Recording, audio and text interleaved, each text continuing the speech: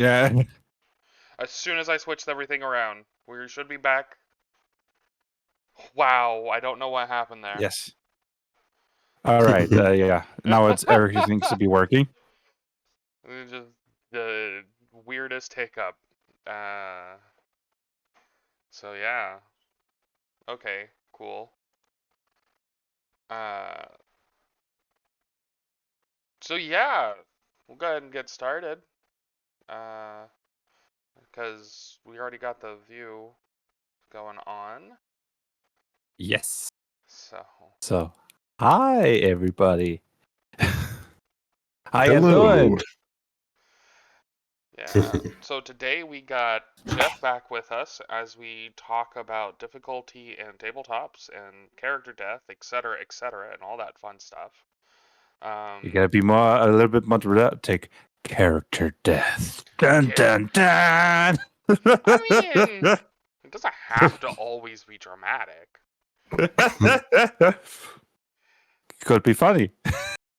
I mean, if you, especially if the character is actually one that like is kind of like well, Kenny from South Park sort of situation where like they constantly die and it's kind of the joke. And like of course that's what the player wanted because that was discussed sort of thing. I was just thinking, how would you build a character like that in my system? Like, who just constantly dies, but still comes back? Well, I Yes. especially make that use case because I actually did make a character whose entire concept was that. It was actually they was a lich. But it Mm-mm. was in a Fate game, and one of the powers they had was literally they got a free death every session, and I was bound to use it. I looked for ways to use it. I talked with the GMs and everything. It's like, this is the only thing I really care about on this character. I want you to kill me. um, but that was the sort of game and the sort of stuff we wanted, and I think that's, of course, one of the major discussions when it comes to like character death in games is to make sure that when that is a consideration is like be honest and upfront about like it's a possibility, it's a thing that can happen, or if you want to happen as more frequent than normal, discuss it, right? Yeah. So, how about we start with some personal stories about character death? Jeff, did you ever have a character die, even playing yourself or maybe one of your players? Oh, let's see here. Trying to think of if I've had an important character die, because I've definitely, you have those characters that just kind of wear red shirts. They run out on the away team, and then they,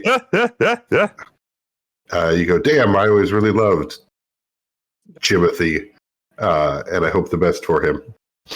Mm-hmm. But yeah, I mean, I would say probably. Oh, geez.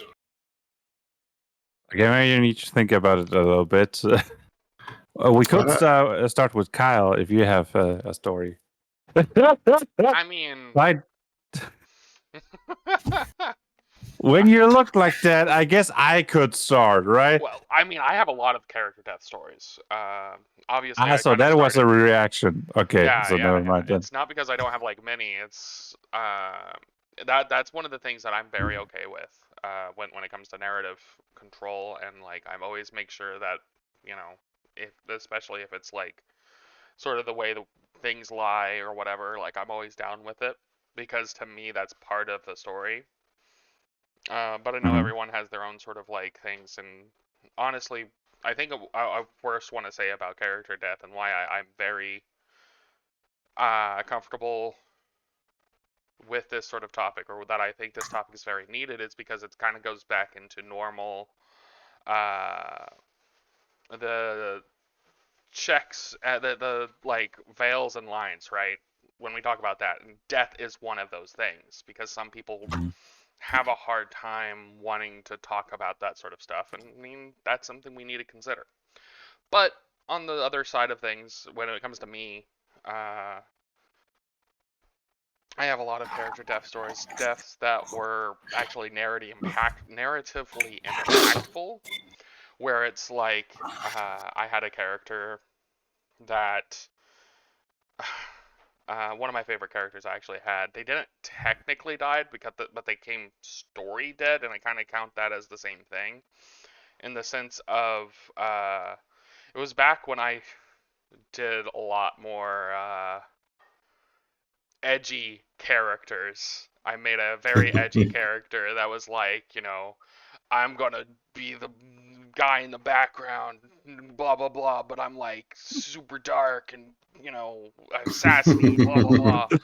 And I kind of, on multiple occasions, did really stupid things, like eating the big bad. Okay, so let me explain. We had this was in a what was the freaking yeah. My wife asked me if I wanted some hot dogs. I like hot dogs. But no. Um, it was in I can't think of the name of the system right now. Very narrative driven, but it was like it's like White Wolf narrative driven in the sense of like detailed Oh, like rules. Mage the Ascension? Not me. Well, it wasn't actually a White Wolf system, or I don't think at the time it was White Wolf, but I think they are owned by the same thing and whatever. It's the magical kung fu one. Oh, Exalted. Exalted, yes, it was an Exalted game. I was a Citadel, which is fancy word for Fate Ninja. And that was my entire character's thing, and they had a progression to get to become that, but essentially I got one of my first powers was I could stab somebody and take their position within their narrative, within their fate. I absorbed who they were, right? Ooh, that sounds cool. Really awesome power. I love a lot of the Citadel stuff. That is like one of my favorite flavors of stuff. So if you ever want to look at some stuff, check out Exalted, check out the Citadels. Um, but yeah, I got that power, and with this, kind of darker character and dark be dumb, um, actually, I kind of messed up on telling the story because, well, we'll keep going with it. We went into an alternate reality where we existed as we were at the beginning of the story, but except we was the evil versions of ourselves. And my brain was like, "Oh, cool! I will stab myself using this ability, take over my position, which is going to fit like a glove, and everything is going to be fine." So I stab myself, and I feel something dark inside my character, and I forgot something very important from the beginning of the game, where I had worked with the big bad, letting them inside of me before my character's redemption, so that I just essentially let the big bad, another version of the big bad, into my body again by absorbing my alternate evil self, and I'm like, ah, dang it. And when the character realized what he did, when I realized what I did, it was like, well, the best option for me then is to essentially banish myself, right? Like this, we went to this alternate dimension to get something to one up to fight the big bad. If I go back, then there's going to be two big bads. That's, well, double bad. Problematic. So it's like, okay, no, we're done here. I'm just, my character's learned his lesson. He's just gonna be dealing with this. um, Well, I guess it's somewhat of a heroic sacrifice then. Well, it was a character death. It was a narrative death, but it wasn't actually like a physical death, and it still counts, right? Yes. Because I had to essentially give up that character, but to me, that was one of the most satisfying situations for that character to kind of like be, because of that whole redemption arc he had. He essentially had to face it again, right? Because of not thinking about, well, maybe this version has this big bad in him. It was like, I should not have done that, but it's like more of a, wow, I now can decide in a different way how to take on the responsibility that I just undertook, right? That's my favorite character death story, anyways. So. And Jeff, had you had time to think of something? Yeah, I mean, if we're so it's not my character. Most of the characters I play, since I play so rarely, I usually end up seeing to the campaign ends before they do. So with that in mind, yeah, I've seen some pretty good ones. One of my favorites was a player fighting a evil variation of themselves over a lava pit on a jet bike, on a hover bike. Decides to use their sonic abilities to teleport up to their alternate selves to fight them to the death as the bike goes plunging into the lava and everyone died. For the player, though, is the first time that player had ever lost a character. Oh. And it was very interesting for them to have made that choice, but also they got the first idea, I guess, of, oh, death is actually really interesting, and it's a fun thing you can actually do with your character, right? Because everyone's afraid of losing their characters and losing what they have. But part of the fun of this game is loss, is that stories come to an end, right? Paladins have noble sacrifices. Fighters go out, 1v5 versus every Elder Worm at the same time. You have all these cool stories that get to happen because they can end. So that was a really fun one. And that's still one that, to this day, that player brings up and remembers as being the turning point of his role-playing, of understanding that these characters are supposed to be a bit temporary, and that there's a lot of fun that can come from giving them a satisfying ending versus playing them out until, I don't know, they double retire or whatever. Triple retire if they're, breaking, no.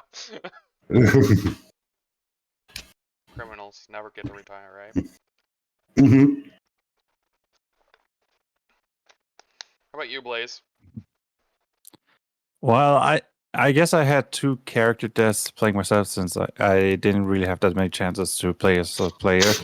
To be honest, it's kind of funny that compared to the little time that I've played, that I actually have 2 character deaths.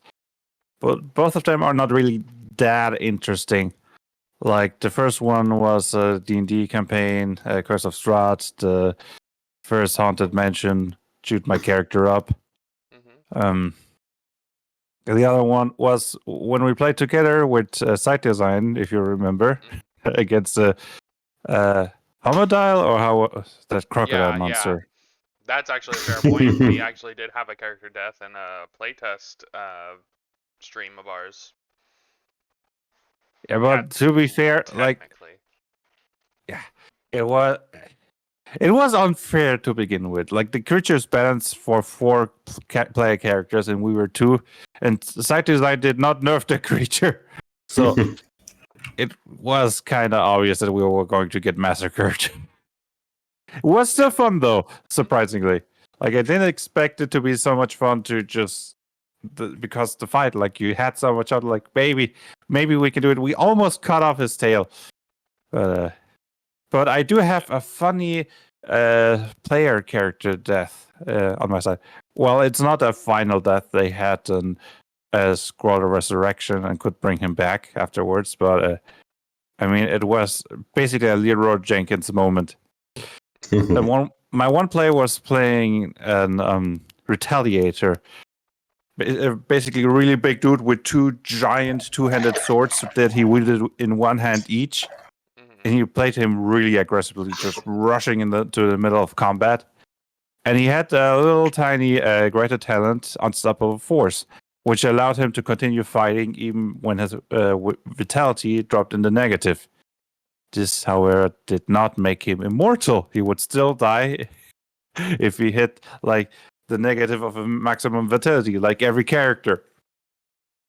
And they just finished a fight, and one of the doors opened, and behind the door was an anti-tank turret that just saw him and started firing on him.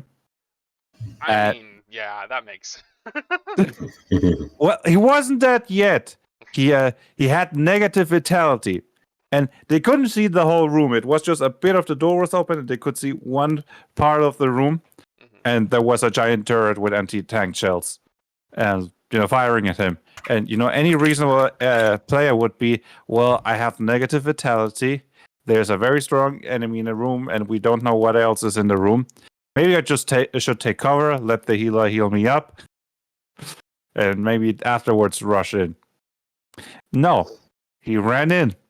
Turns out there were 2 other anti-tank turrets in that room, which were preparing attacks for any enemy they saw moving. Once he stepped in, he got shredded. Oh man. He still jokingly blames me, and I went like, "You had negative vitality, and you just blindly ran in." Yeah. Consequences, dude. Consequences. I mean, that's kind of where, like, I will say, like, that is also kind of like that whole discussion I was saying before I told my story is like, I mean, consequences do exist, but I mean, some people do have different ideas when it comes to character death anyways. I mean, some people don't want their characters to die. They want to always be the hero.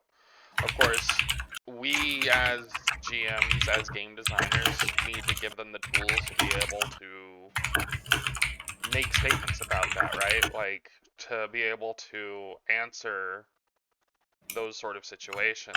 Because, like, I guess I'm going to talk about some tabletop history, because there's been a big tonal shift from a couple of different times within tabletop role-playing, right? Yes. Tabletop role-playing started out with the DMs are kind of encouraged to try to kill the players. That was how the game was designed to play. In the sense so far as, like, you're supposed to give them really difficult situations, and they will learn how to deal with it as players. They get better at the game, and then whatnot. Because, like, I mean, back in the day, there was like actual competitions about can these people, can the players defeat the dungeon as quick as possible. I mean, you can kind of see that with some of the modules that's been moved on. That was like, what was the one that a lot of people that's been converted to like 5e, BioWizards, Tome of Annihilation. And people's like, man, it's just so difficult. Like, it just seems unfair. And it's like, yeah, it was designed to be unfair. That was one of those dungeons that was designed to make you feel. Thanks. I don't actually know what happened. Was that a follow? Yes, Chappy Daddy is Nice. following you. Nice. I need to get like a notifier or something on my screen when I need to set up both my multi-screens. Currently I do these things on my laptop, but I don't have I need to get a device so I can take my desktop monitors, because my desktop sucks, and connect it so I can have two screens. By the way, somebody said hi in the chat. Tar, just saying hi. I already said hi in the chat because I didn't want to interrupt you, but now I've kind of interrupted myself. But yeah, there was a tonal shift that has kind of went to, maybe we don't kill players, like we don't like assume players want to die.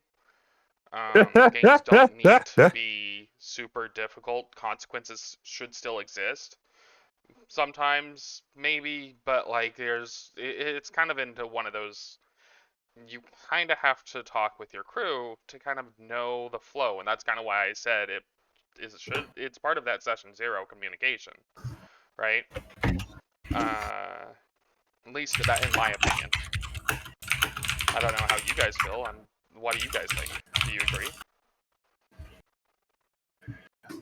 Well, yeah, sorry, Jeff, you go. Go ahead, Blaze. All right. There's definitely been a tonal shift towards less character death, more focus on narration, and even like a certain aversion to character death. I think I think there should be a risk of death. Of course, not like every session one character dies risk, but like if the players don't fight tactically, if they're just really unlucky, then there should be a chance that somebody dies. Otherwise, where's the thrill, right? You, Jeff, what did you want to say? Yeah, so I was going to agree with Kyle definitely on. There was a massive tonal shift in how the game kind of went, and I think that also kind of comes from a little bit of how the rules changed. Right, if you look at first edition D&D, it being based off a war game simulator, your characters are supposed to be able to die, but also if you look at stats and all the things for that, making a character was super easy. Right, like there's not feats you have to worry about, skill points. It's cool. I'm coming in with a level 3 fighter. Here's my percentage versus petrification. Here's my saves versus mind enchantment. I'm done. Right. Besides rolling stats, my character's built for me, and that makes it pretty easy to die and pick up. And I'm really sorry about your paladin, Kevin. I'm his brother, 7, and I'm here to now take his spot. Yeah. I actually really, I'm just wanting to make a note. Like, I just love that sort of older thing where it's like, yeah, I'm Tinkle Bottom the 4th, the 5th. It's like every time you die, you just like add another if. And that made sense then because you'd have a bunch of people who only get a certain amount of time to play D&D together. You don't really want to have to role play. Hey, new guy, let's talk about why you're here. And they're like, nope, my brother wrote me every day telling me of your adventure, so I'm caught up. I feel like I know all of you. And then you just go with it.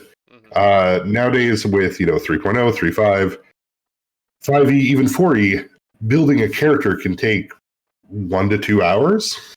If you know the system, if you don't, you might get lost in the abyss, which is Pathfinder's 1,000+ feats. But those things become traps, right? So losing a character is no longer, oh man, I love that halfling wizard. It's now cool. It's going to take me 2.5 hours to get back up and running. I'm not going to get to play the rest of the session with my friends. If this happens more than once or twice, it really throws off the feel of the game. It really takes that long to create a character in Pathfinder?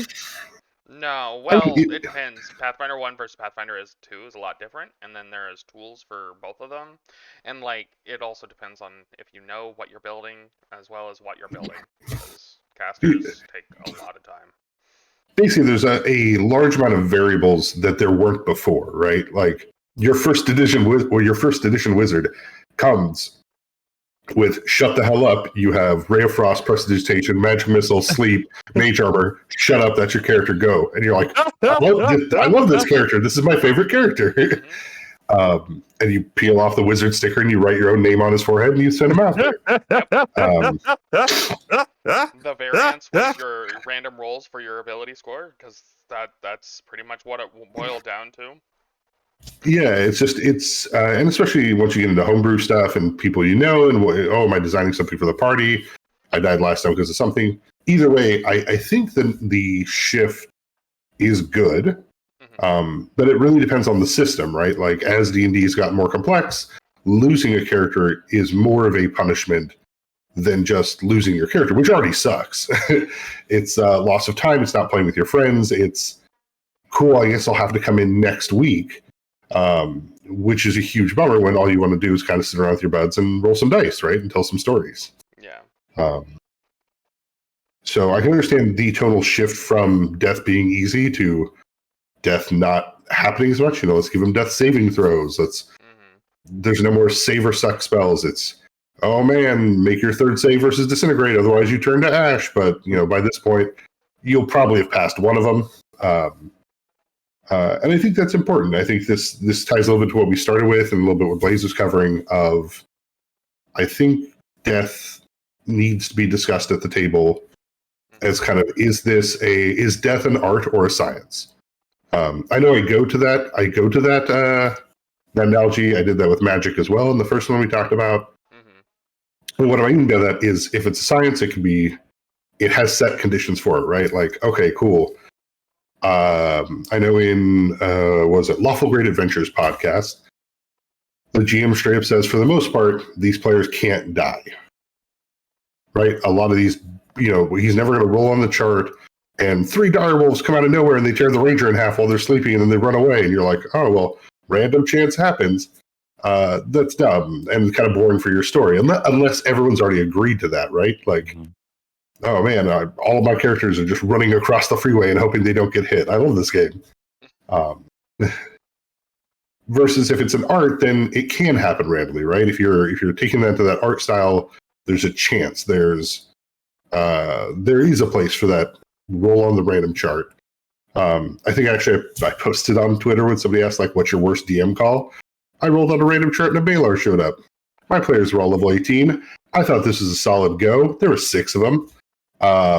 Sure, I happened to natty 20 the Vorpal crit on the attack of opportunity on the monk on the first round. So, okay, they're down a monk. It's fine. I got this. And then the rogue failed the fort save against the implode spell. And so, okay, so they don't have a rogue. So they still got this. And then I kind of Vorpaled the fighter, and at the end of what was the game, at the end of that section, it was basically 4 people going, "The hell just happened?" I'm like, yeah. So sorry, guys. But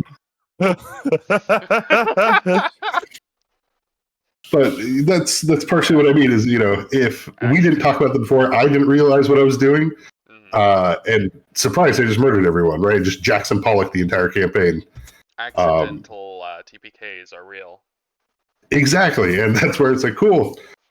Which are you going to make that declaration? Is death going to be an important thing, which means it's for narrative purposes, or is death a comedic thing, which can happen whenever? That was the first time as in my DM, DM progression of like stopping and going, oh, I really need to think about how I handle death.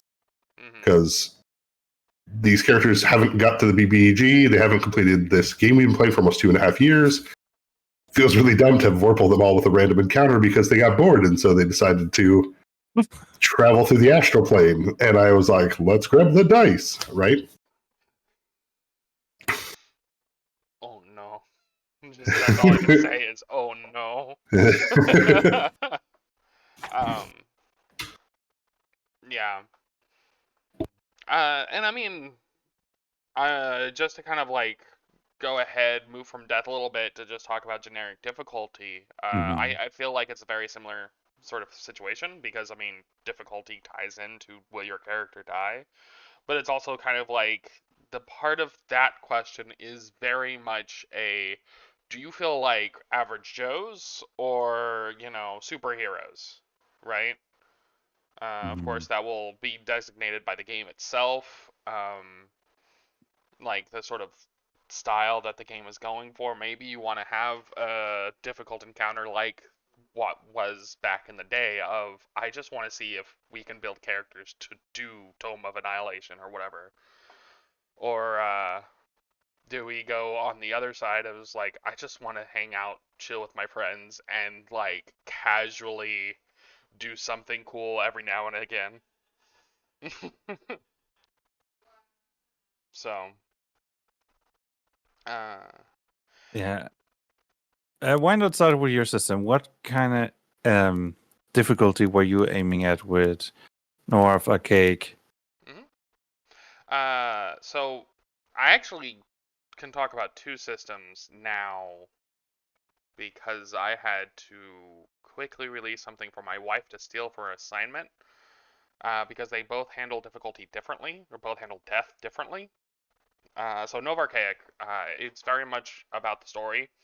And like, I'm not going to say that it was designed to be easy or not difficult. It was designed to be good for the stories. I mean, you start at level 1, which essentially means that you are average Joes, because I wanted to have that feeling of progression. At the same time, I do keep my health in both of my systems pretty low, right? Because I'm gonna just be completely honest, I don't like health bloat in a lot of tabletops, right? Like, I don't like to, like, I get, like, some people are like, oh man, I have 400 HP on my character, and that feels like amazing. I'm like, yeah, that sounds amazing, but that means that any fight is going to feel like a freaking brawl of just back and forth, and it's just going to take so long. Mhm. And I mean, there's times for that, right? But for me, it's just not the sort of thing that I normally jump at. I like lower healths and tighter movability between them, I guess. I don't know how to explain it. But yeah, Novarcake is pretty much average on the difficulty scale, or is where I want it to be. I want it to be difficult enough that you have to think tactically, but it is also a case where even if you don't, you shouldn't feel too punished. Like if you just wanted to have a game where you're casually random people doing random stuff, that should be fine, right? Mhm. Assuming that you're still in the modern day with the magic setting. Like I'm still, that's the most important part to me. But the other system that I recently re-released, though it's much small, it's like a 30-page document. DL Cards was actually designed to be a baby between tabletop role-playing games and roguelikes. And that's its entire thing is constant death. Ooh. No character is expected to live past level 5. Honestly, no character is expected to live past level 1 because it's designed to be a grind where like perfect plays matter, and like that sort of difficulty is just expected, where things aren't going to be unfair, but it's going to be a hard time, and death should be expected. But again, that's how that game is supposed to be played out. Kind of mentioning with what Jeff said of the sort of, I forget what I was going to say. My brain just kind of left me. It's just DL Cards, the difficulty is supposed to be difficult, right? The game is very quick to make a character. Literally, it's like a few options and bam. You could really remake your character multiple times easier if you wanted. Mhm.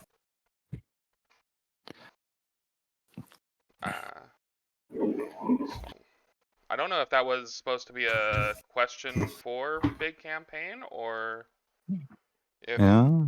he was just saying Big Campaign energy. Yeah. I don't know how to take that, Chap Daddy. Anyone can answer. Okay. Well, Yeah, if we're talking about preset health, generally I've come around to the idea that preset health is probably better all around. As much as dice rolls are fun, once you've seen one too many wizards outpace the barbarian on hit points because of bad rolls, you really start to get that feeling of like, oh, okay, well, this isn't. Once again, this is that Marshall Caster disparity of like, why did the barbarian only learn 4 hit points this level and the wizard learned 6, while the wizard mastered an entirely new spell school? So it just kind of feels dumb, or I don't know. I feel like preset's the way to go if you want to mix it up a bit. You could always use the like, was it? There's a variation instead of like a barbarian having a D12 hit die, you had like a D4 plus 8. So it guaranteed that they would always get probably the most amount of hit points.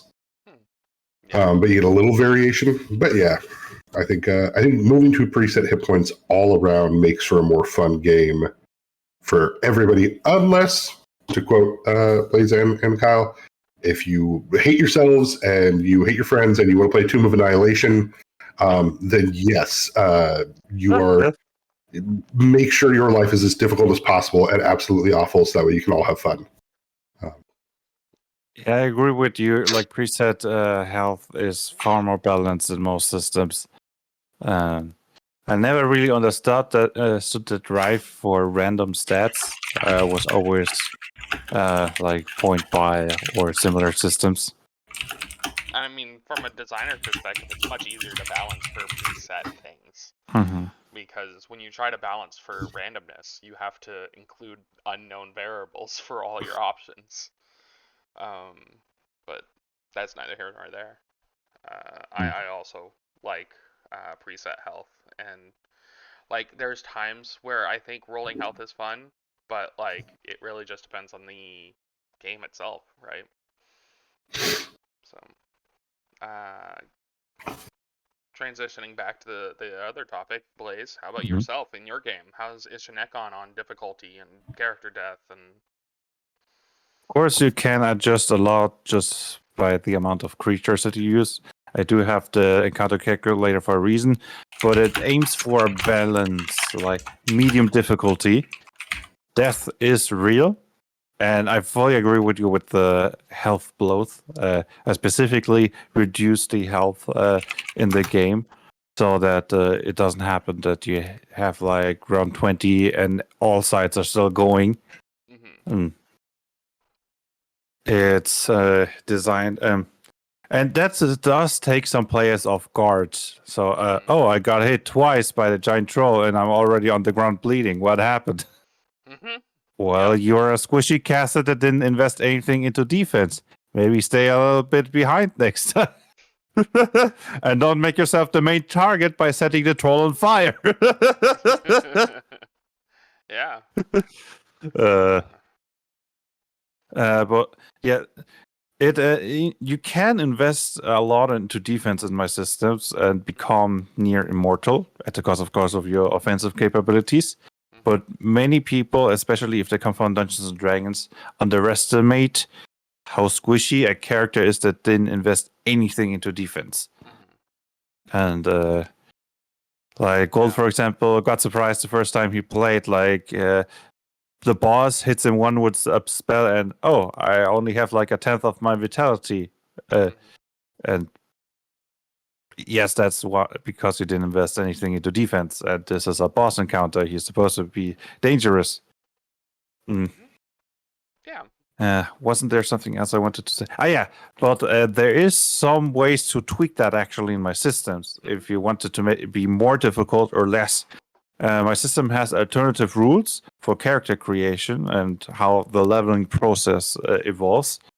If we went to the direction of making easier, there is the Epic Heroes rule set, which gives you far more vitality, greatly decreasing the risk of getting two-shot if you do not invest into defense. But there is also the other side, Mere Mortal. I like the name. It basically, after level 1, you do not get any extra vitality through leveling. If you want the extra vitality, you need to get some talents and stuff. And even then, it won't be much. It's to give you really the feeling of being weak. And yes, you're making progress. You're working yourself up. But you'll never have like a real spike in power. Just a very gradual increase. Excellent if you want to make more gritty games. Of course, there's also the only human rule set, but that just kind of reduces you to being a normal human, no special abilities, relatively easy to kill, and just skill focused. But I think that goes more to an extreme. And to be honest, it's less for combat focused games and more for, role play focused, like investigations, realistic settings, something like that. Okay. So yeah, to keep it short, I am for medium difficulty where there's a very realistic chance you die, especially if you're not careful. But you can adjust that in my system because people prefer other things.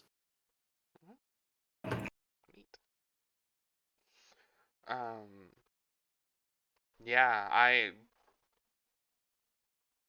words. They are not with me today.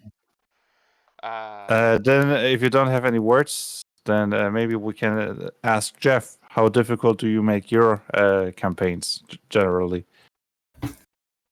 Yeah, I mean that as well is something that's changed quite a bit over the years. The first game I let my players go till level 32 in a standard D&D rules setting, so they were pretty ludicrously powerful by the end. Mm-hmm. Over time, though, I've landed more in enjoying things in the Epic 6 or Epic 10 variation, where people can only get up to level 6 in hit points, base attack, saves, and whatnot, and then you can still keep giving them class features, you can still give them feats and stuff, it's just they will not exceed basically X amount of hit points. Mm-hmm. I found that Epic 10 works pretty well for me in all the games that I run. Lets people get to, I'd say, like a low Marvel tier character. Mm-hmm. You're not Iron Manning it. You're probably more in the Luke Cage, Danny Rand kind of power level, Mm-hmm. which works pretty well. We played one where I let people keep getting class features above 10th level, but they didn't get hit points or base attack. So they'd still get those 9th level spells and things like that, but while only having 10 hit die worth of hit points. It just means that, if a monster crits, it can still really matter. So that's where I found it preferably is landing somewhere where death is very reasonable possibility, but for the most part, players should be just out of the range of accidentally dying to most stuff, and then deaths being more, what is that? Everyone either choosing or talking about beforehand of deaths being more conditional based on the situation, that you could die at any time versus narrative death. So at least the last campaign, the players liked having a random chance of dying on any mission. So I did that. Happy Daddy asked another question. As a GM, do you have backup plans to avoid TPKs in silly situations? I mean, the campaign, you are the GM in our group, so maybe you want to answer that one? I mean, I run Yeah. games, but Yeah, we all run games. I'm a forever DM, but he's, I guess, a more professional one. I'm sure. Do you make any money with your stream? If so, then you're officially a professional game master.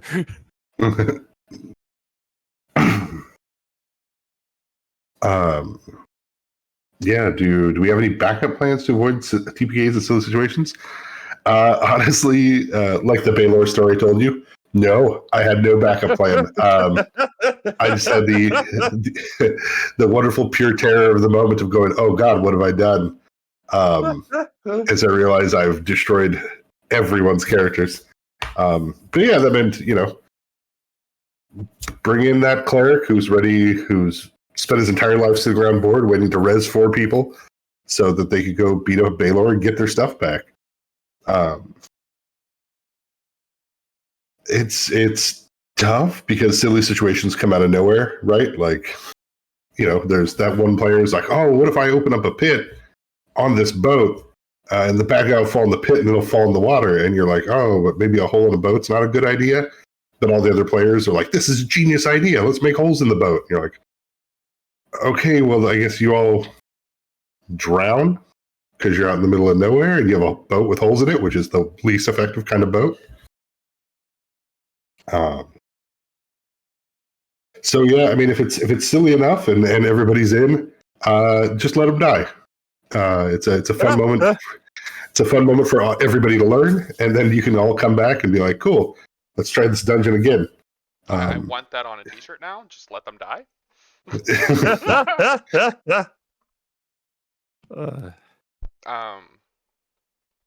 I will say, I do when I do run games, I do have some backup plans, but that's because of how my brain works and how I run games. It's very rarely I need to use them, but I have backup plans for my backup plans for my backup plans. I'm that type of person. I'm a very big planner. And so normally when I design situations, when I'm designing those situations, I normally have a good grasp of what my players are going to do. So far, where it's actually kind of a meme at my totem table of literally I can write down on a piece of paper what the player is going to do, put it in an envelope, seal it, hand it to that player, and be like, at the end of the session, open it and read it, and then I'm going to be right that they are going to do that.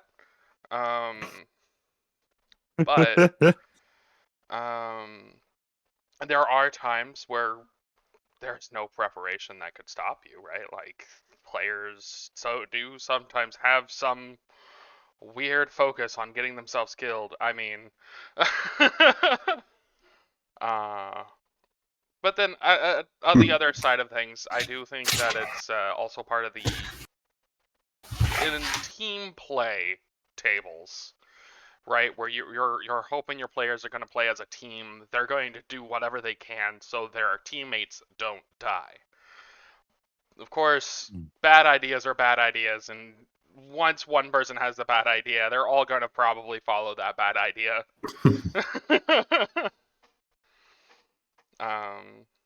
But at least that's for me, and my 2 cents on that.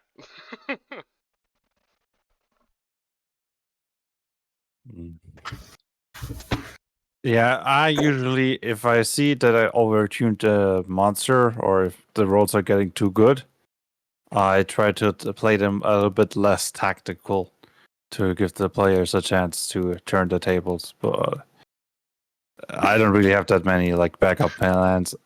I guess I tend to be a bit of a what's the opposite of not strict, like a soft GM, I guess. I never actually had a character die in my games if somebody didn't have a way to resurrect them. I actually only had 2 character deaths. The one where I told you where it was totally his fault for running with negative vitality in a room with the anti-tank turret. I didn't even know that they had a revivification item, so it was. I already was having plans. Oh, in the next session, I could this way introduce a new character for him. But yes, the other one. Well, yeah, kind of got overrun by enemies. Yeah, it was in my early days. The campaign wasn't well designed, but they had a cleric with diamonds in them, so he got revivified. Yeah. I mean, I will say, I was going to say, like, I don't know, I guess I'm weird when I hear, like, soft GMing or whatever, because that's a weird thing to me. Like, yeah, that's part of your style, but it's just, to give it a name, and then there's people who will actually contextualize that as bad. It's like, it's not really bad, but it's just your style, right? No one's over here saying, like, or I would hate anyone who goes to my table and be like, I hate that you're doing modern day with magic, or that, like, you know, magic shouldn't work with technology. What the freak are you thinking about? It's like, who are you? Right? But it's just weird to me. And because I just associate, like, if you kill players or not kill play, like, it just depends on your style of game. Because I mean, I've had games where, you know, I'm out to get them, in quotes, of course, because I'm not really trying to get them to kill, but I do increase the difficulty. But like, I've also had games where, you know, no, we don't want to kill players off or not. So. Yeah. Yeah, it's all depends on. Oh, sorry, Jeff, you want to say something? Oh, no. Yours will probably be relevant. Mine's kind of a next question / I want to ask you guys a thing. Yeah. What was yeah. It also depends on the players. How difficult do they want it to be, right?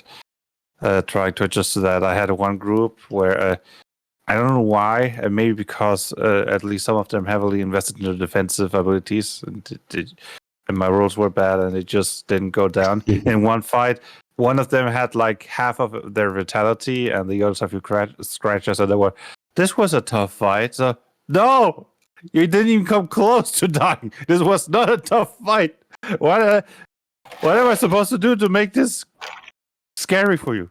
There was this one scene I wanted to introduce a new type of enemy basically a infusion of technology and necromancy, of skeletons infused with temporal magic, with and they were in the Soviet Union, and they had like Soviet Union soldier uniforms, and wanted it to be like they teleport in, and it's really scary, and they rolled miserably. I think they hit one player once. And that was my scary introduction. No. Yeah, that's rough. Yeah.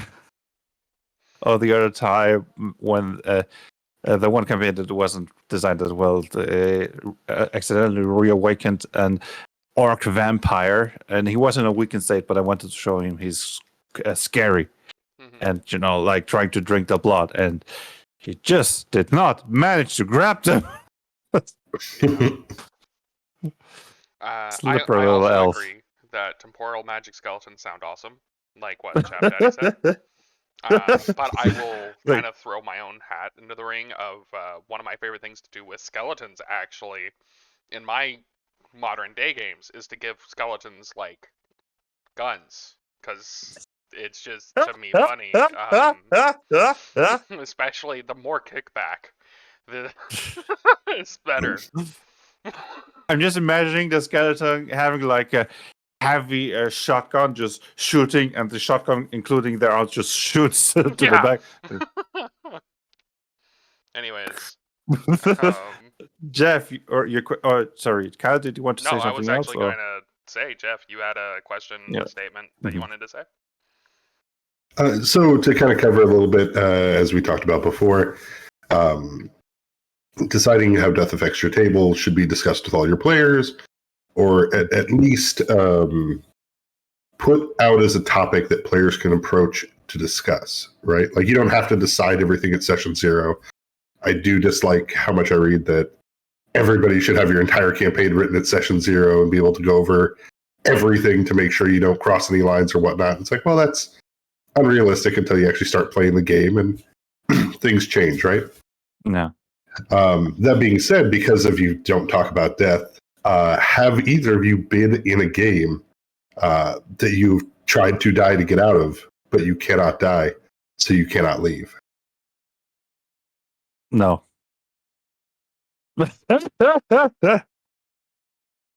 Technically, it wasn't a tabletop game. It was a LARP. One of my very first live action roleplay situations. It was World of Darkness at a con, or not World of Darkness. It was Call of Cthulhu at a con, and well, I knew nothing at the time because I was actually very budding in the whole con stuff, as well as like even Call of Cthulhu. I'd never heard of Call of Cthulhu, or really didn't know much about Cthulhu in general, except for some of the stuff from like some social media, right? And so I had no idea what to expect, and then just going and just having a really bad time in this Call of Cthulhu game, and I couldn't die in this LARP because it was very social, and everyone was just becoming more and more insane, and I'm just over here, and I was getting the worst insane things because it was like, you're afraid of the color blue, and I'm like, no one's even wearing blue. How can I even play that, right? Like, yeah, I was having Nobody's very bad eating luck. blueberries, are they? Please don't eat blueberries. Right, and I was just, it was just bad for me because I just didn't know what I was doing, and I didn't know what I was expecting to going in because there was no session 0 because obviously it was a con LARP, right? It's supposed to last for 6 hours or something because it was a murder mystery. And yeah, it's one of those things. Me and my friend did it together, and we just kind of, sorry, I burped. We still talk about it casually every now and again. Just, yeah. What con? It was actually at a local convention. Not anything like it was at a college convention near me. So, but it was years ago, like 10, 15, how old am I? What about you, Jeff? Ever been in an awkward situation when you tried to kill yourself and couldn't? Oh yeah, absolutely. It's what brought that question to foremind. Like the coyote with its legs stuck in the trap. I'm just trying to chew it off and get out of there. Yeah, I played in a very bad home game that. Well, this is back before we had, those checklists and veils and lines and whatnot. So when you got invited to someone's random game, it was kind of a grab bag whether you're going to sit down with a bunch of weirdos or not. And sometimes they just be weirdos in a normal sense and not in an RP sense. Sometimes they're both. But I do remember not enjoying the table trying to escape by having my character jump into a pit, which it turned out to be some crabby old first edition trap, a dimension door trap, that like you fall into the pit and then it teleports you to the top and then you fall into the pit again. And it's like, okay, so I just stay here till I starve or something? They're like, oh, but it'll be worse than that because you keep speeding up. I'm like, I don't know. Why would I be accelerating if I'm being teleported? It was just one of those things where at the end it's like, please God, just let me die. The PC's favorite character saved me, forced me to continue living. So I finished out the session with a hearty thank you for your time and I'm never coming back. Enjoy yourselves. Have a great day. Yeah. But I can see that. Like, I never had that, and also I would just kind of like question if I'm speeding up. Like, would I even like? I mean, obviously you're gonna notice, but like, at some point, does it even matter? Like, even if you're like teleporting and doing like the portal speed up thing, it's like at some point, does it even matter? Why is it still even arguably being brought up? I should be allowed to walk away at this point because it's effectively death. yes. So Chap Daddy said that they've ended characters in the world on purpose to play other, well, I'm assuming characters, because their roles became stagnant. I mean, you can also just retire them. Just saying, there are more peaceful solutions. Yeah. I mean, I could see retiring as well versus killing your character. Like, really just depends. I do have a story about that. Not that I was purposely killing my character, but I kind of was. So it was a 3.x game, and we was really just it was just a late night, like literally late night. Like we started playing at 1 a.m., ending at 5 a.m. With me, one of my best friends, and another friend of ours, and it was just kind of like, okay, we're just gonna dick around, and it was a kind of situation where like every session I wanted to just test out something new because we're just dicking around, but we was kind of trying to keep a story flowing. And so this character constantly was killed and then brought back but different. Kind of playing on the old memes of it's, same character but adding the second, the third, etc. But not actually changing his name. It's literally just well, you died, we resurrect you, but instead of a perfect resurrection, you're now coming back and you're an inventor instead of and it was just kind of just so that we could just kind of mess around and I could play out all my weird builds that I wanted to try. But yeah. Yeah, Jeff? I was to say, I think what Chap Daddy is referencing is a very important part of the player's tool set to be able to end a character that isn't working or they're not vibing with to make a new one. Definitely one of those red flags if the DM doesn't let you put down your character. It's like, well, now this is a hostage situation. Like, what's going on?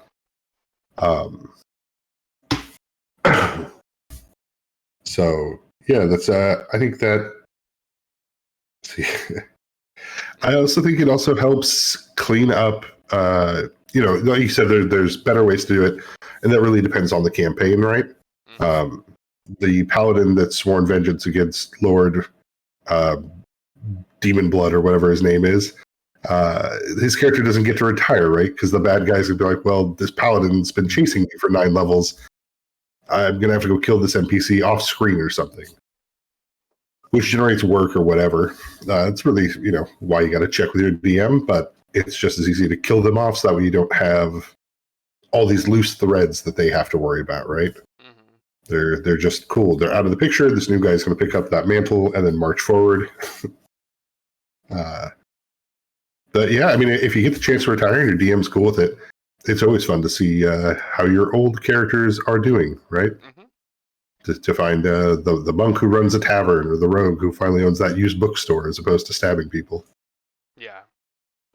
Not really related to difficulty, but I will, with that thought in mind, one of my favorite things to do, especially with long campaigns, is to kind of have those movie scene endings where it's like we focus on each character and ask them, like, what do you do now that X and X is done, and just kind of like that blurb, that visual blurb of like, okay, well, how is your life? How do you move forward from it?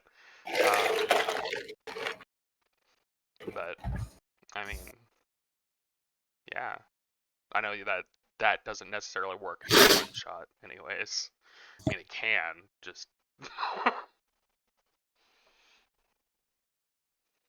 I have another question, if you like to change the subject. Techno, do you have any tools in your system to adjust the difficulty? So, not really. And I say that, like, because I've been focused on either things, on either cases.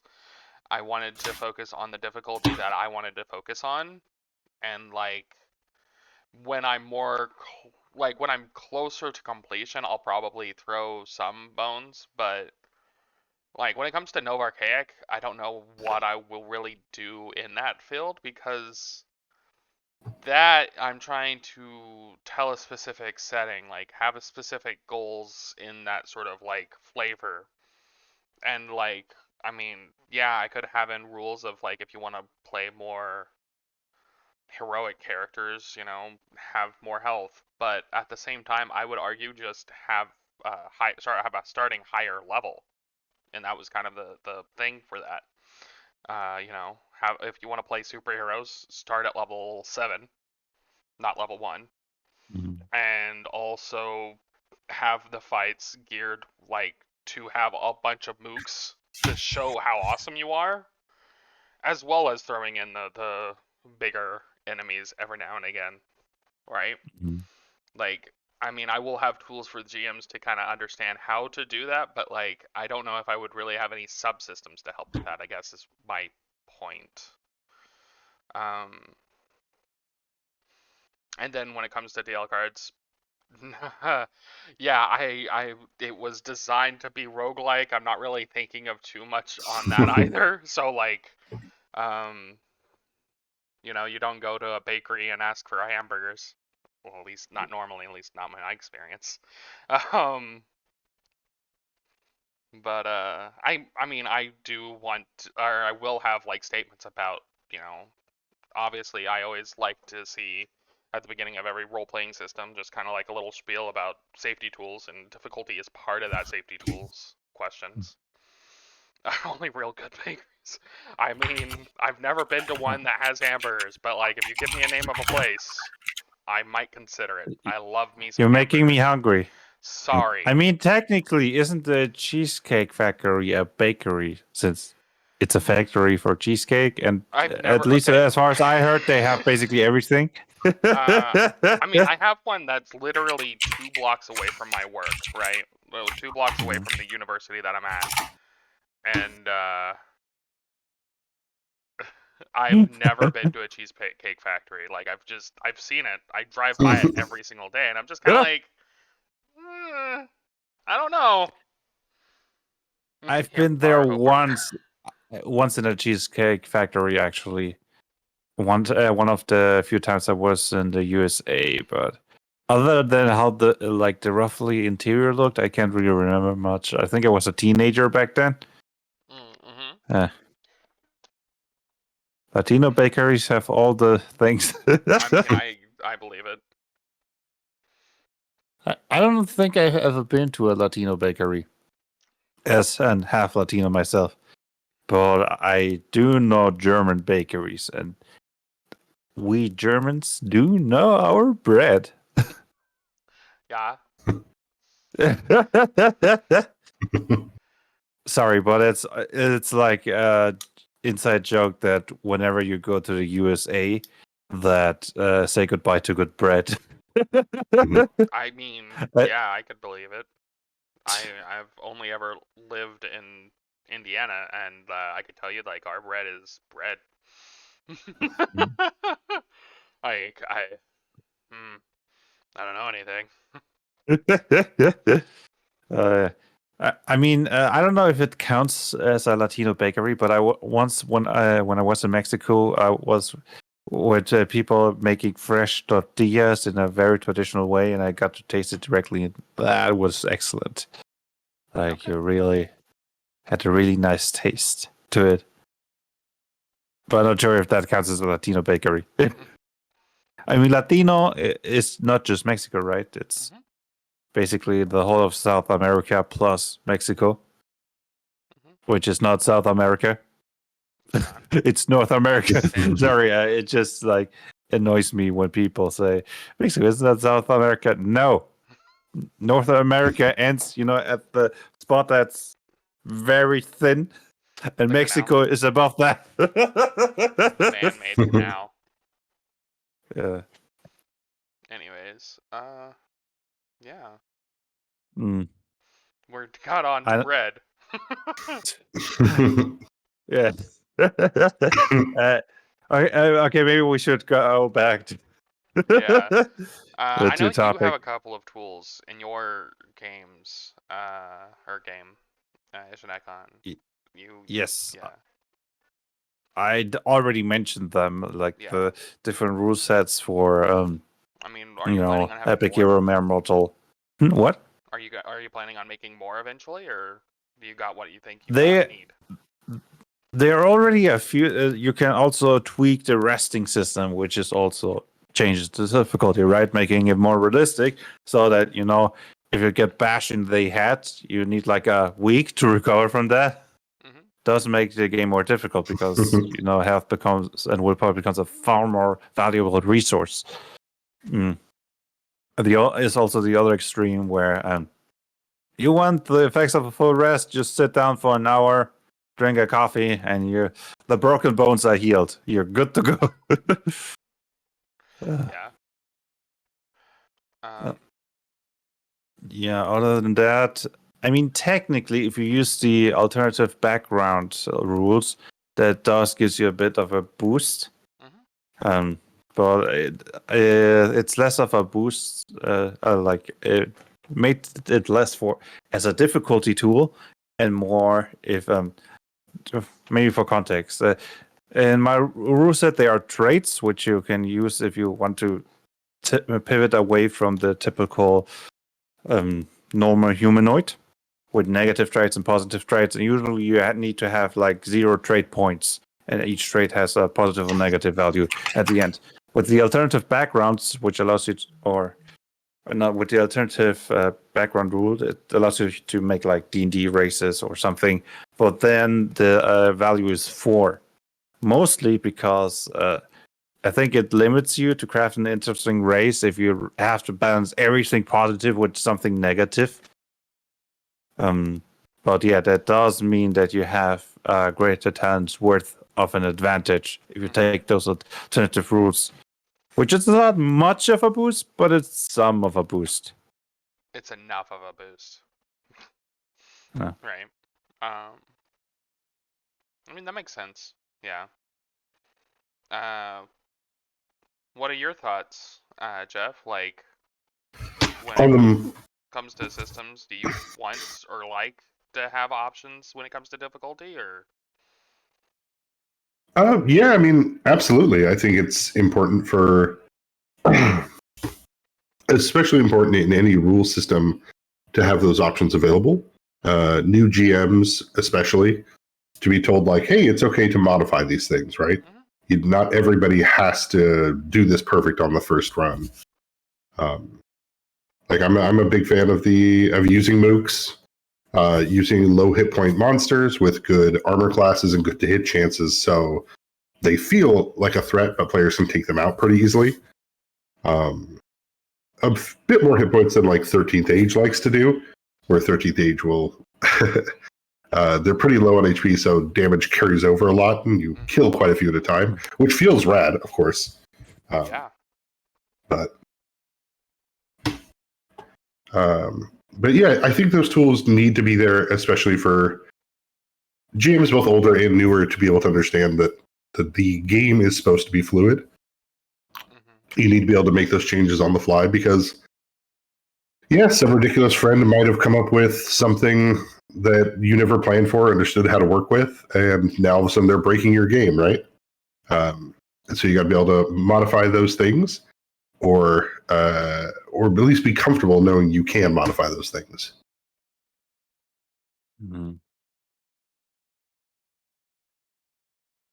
Okay. Yeah. Should we go to the next question? Sure. So, how big is the difference in power between an experienced player and a newbie, or how effective is tactical play in your system? So, the question. So, tactics implications, I think, is what you're getting at, right? Like the implications of tactics for characters and players and stuff like that in the games we run or in the systems that we create. So I love good tactics. It is the only part of combat that I actually enjoy. And I'm gonna I want to say that in a very sort of let me give some a little bit more context, I guess. I hate standing in a single spot, swinging a weapon, and then the enemy's also doing that, and it's just kind of like, well, I mean, we need to be able to use the environments. Yeah, the RuneScape fighting. Right? Because that's what it is. It's RuneScape fighting. And that is just so annoying to me on a tabletop level. Like, we have the capability to do so much more, to make these fights, honestly, a lot more engaging. But yet, it's so comfortable for a lot of players to just go, I attack, and I attack.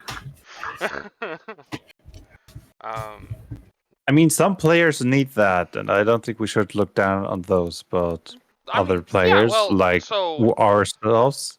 My thing is beginning players may find that more comfortable, but that doesn't mean that we shouldn't encourage them to also think tactically, to remember that there is an environment out there to be thinking about to use. Do you have a... So I'll throw on this a little bit as when I see players not interacting with an environment, I think more of the people that have had just kind of garbage DMs, and have punished them for trying things. Like this touches once again on the caster martial divide, right? The mage stands in the room and says, I cast grease on this spot, and now everybody else has to roll a check to not slip and fall over, right?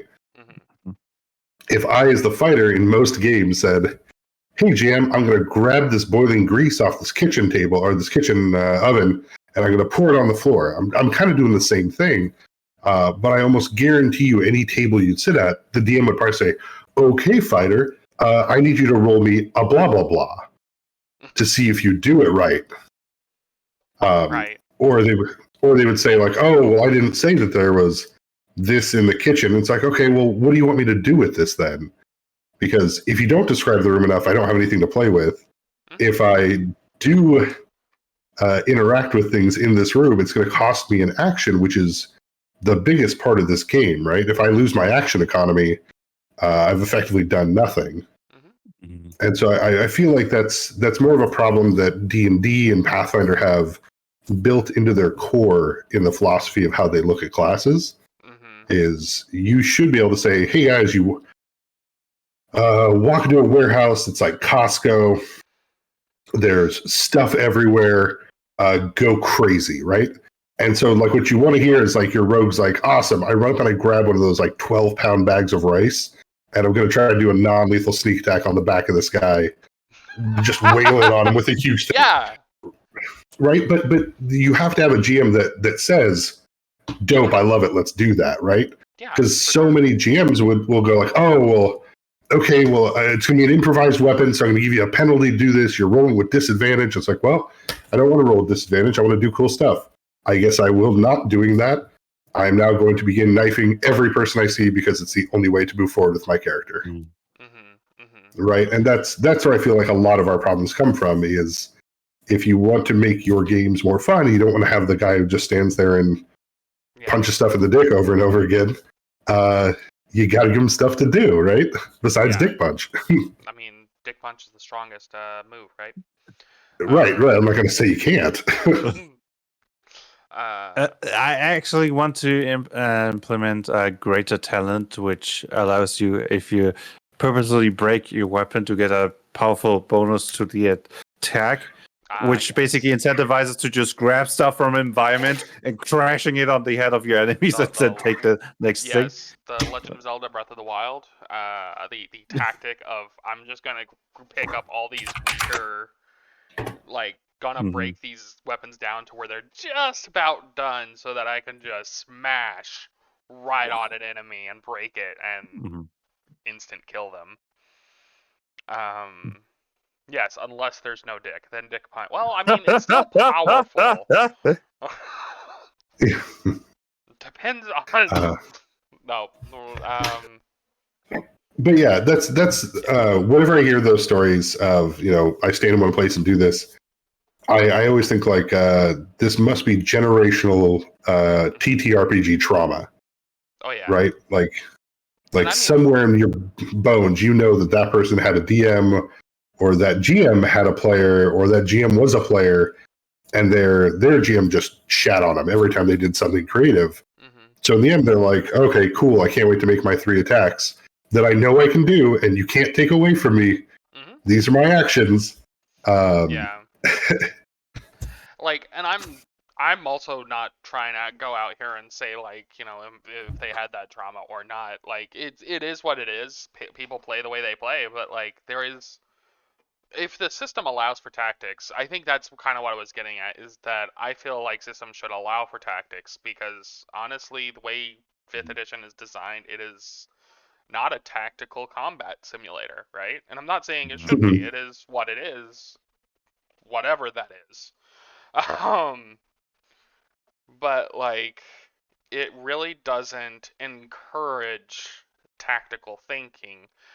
Like, yeah, you could always argue advantage for doing the weird stuff in 5e, but that doesn't always make it useful, right? Advantage Mhm. only is as good as your rolls are anyways. So if you get advantage and you still rolling 3s, it doesn't matter that you got advantage.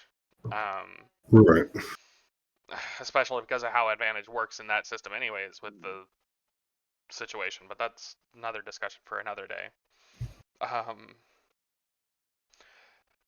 My main thing though. Yeah, Go ahead. yeah, Sorry. your main thing.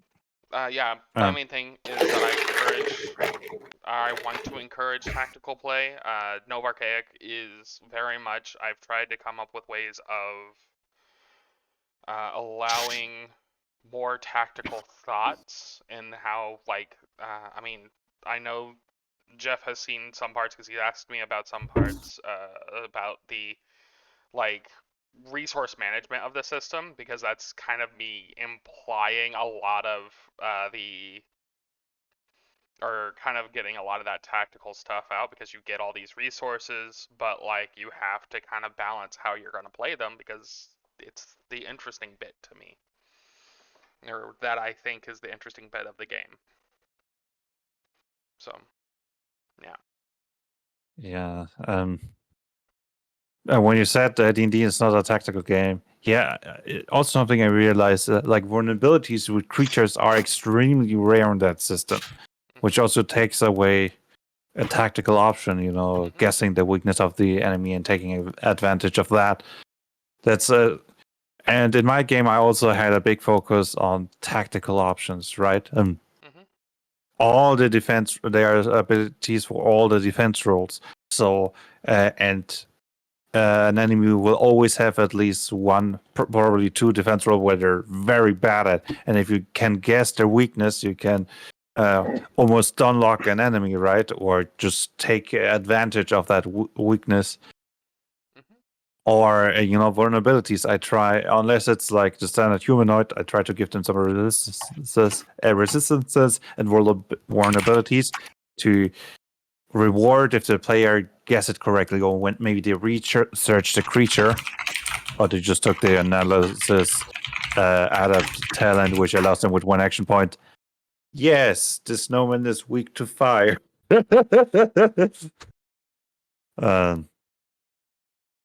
Yes, also all the different forms of defenses and offensive. Something I see oft with players that they... Sorry, just the chat kind of... You just can't handle the dictation. I'm just not going to look at... Yeah, just don't I'm look. not here. Don't look. At no more. Don't worry. I'll tell you if Chap Daddy says anything. Yes, in Ishanek and World Shepherds, you usually can get a lot of tools to target different defenses. And I often see players, new players, not really realizing it, and then fighting a specific type of enemy, and it just like almost nothing works because they really build a character very one note, and this enemy is good against that. For example, the one type default, a golem, which has an incredibly high armor value, and except for the troll who punches really hard, not punch. He had cannibal, basically a Japanese club. With the exception of him, because high damage single hits are good against armor. Everybody was barely dealing any damage because they didn't pack anything against armor. In the end, they defeated the golem with the cinematic actions by breaking the jaw and taking out the magical scroll in the mouth that made him alive, or gave him life. But yeah, it was. And then they learned, and suddenly the scout had armor piercer attack. And yes, my game rewards you if you're ready for different situations, trying to target the weakness. And I also see that the one character is an incredibly powerful dodge thing. His evasion is off the charts, and he feels invincible, but his defense rolls are still pretty normal. And yes, and I often give my enemies like 1 or 2 defense rolls abilities so that he doesn't feel, and make him feel the weakness in his build. I don't take advantage and suddenly nothing attacks him anymore and his evasion is useless. No, I don't do that. Just occasionally I build in things, which so that it's not like one-sided, because if I only give the monsters with a weak against them, then it's the same situation with the golem, just reverse. My monsters have 0 chance to win. And I mean, if it's not a challenge, it's not fun, right? I often see this learning curve.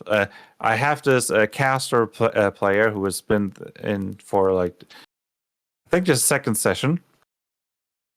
And she is starting to realize, oh, I'm a caster who didn't invest anything into defenses. I'm really squishy. And now with the level up, she's going to take the teleport ability to get the heck out of there if she gets cornered, right? Yeah. I think I like it, the learning process. It may not be super beginner friendly, but once they start hitting the situations, as long as the situation is not so hard that they get killed outright, which I think would be fair, they start to learn. They start to spread out their strategic options and adapt.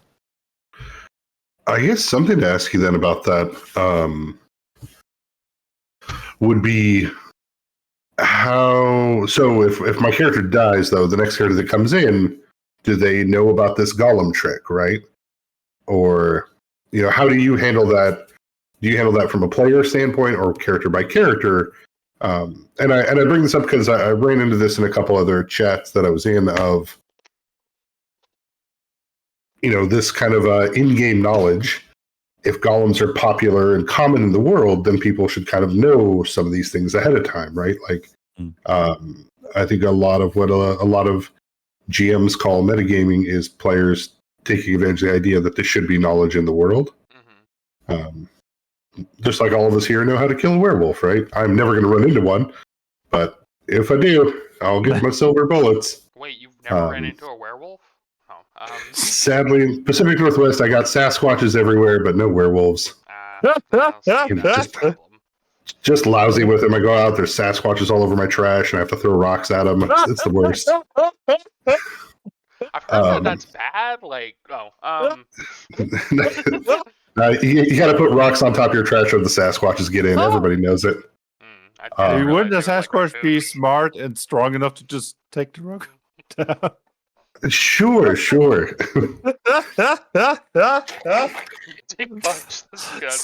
it with the punching in sensitive areas.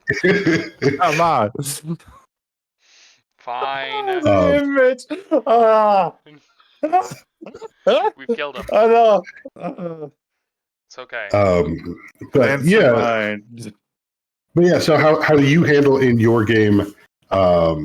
The next player that comes into the other player, do you just assume the other player say, "Hey, buddy, we've all fought a golem. Here's how you fight golems. Next time we run into one, do your part."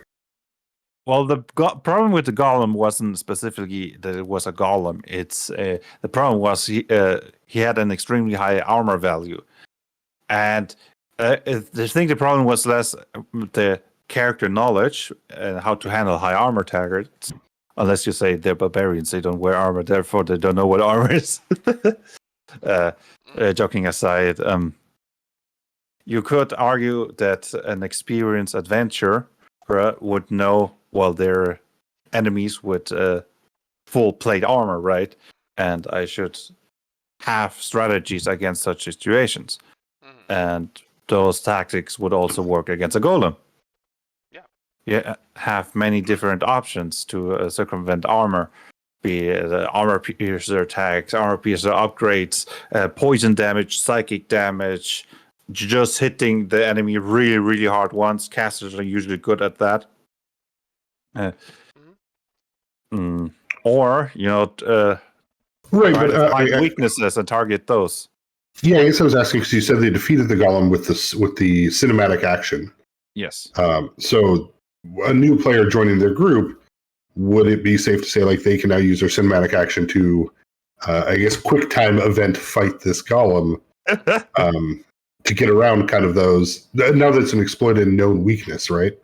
Because a golem is different than a guy in full plate, right? If I pull off the guy in full plate's mask, it's still a guy in full plate who's like, "Why are you trying to search my mouth for a fortune cookie?" Wait. Try to tear this, because the golem has inside their mouth the scroll written with their stuff. It's like it's like, what are you trying to do right now? That's very different. I do allow my players to just say short stuff in combat, right? Especially in my rule set, one round takes 12 seconds, which is enough to break his jaw. Take out the scroll. Okay, break his jaw without context sounds really brutal. It's a stone statue. You take the fist and you just. Oh. Hey, I didn't say anything. That would not work with the golem.